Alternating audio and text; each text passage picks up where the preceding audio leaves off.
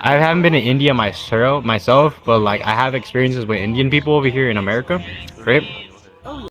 So, like I said, I've had good and bad.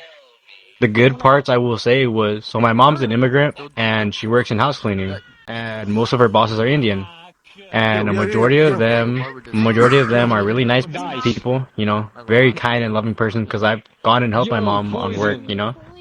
Very nice people. But at the same time, we've had some run-ins where some like the Indian people, like they work in tech, right? And they have these $1 million house homes, but they're like very picky with how much money they want to pay, you know? Because my mom doesn't charge like a large amount of money, but she charges enough where like the houses are very large, and she charges a good amount to like clean the house, and they get very defensive and like start arguing a lot. First of all, she has to drive all the way out there, and then on top of that, all the like money she wastes on the chemicals, especially right now after like COVID and all that, the prices on chemicals and everything went up, and a lot of them had just like argue about the price, and then they turn very sour. Like they start saying a lot of bad stuff.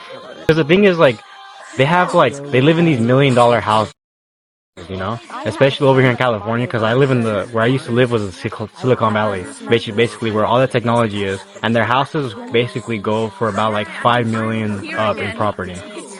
And they were complaining about paying around like $150, when they work in all these technology companies where they get paid about six figures,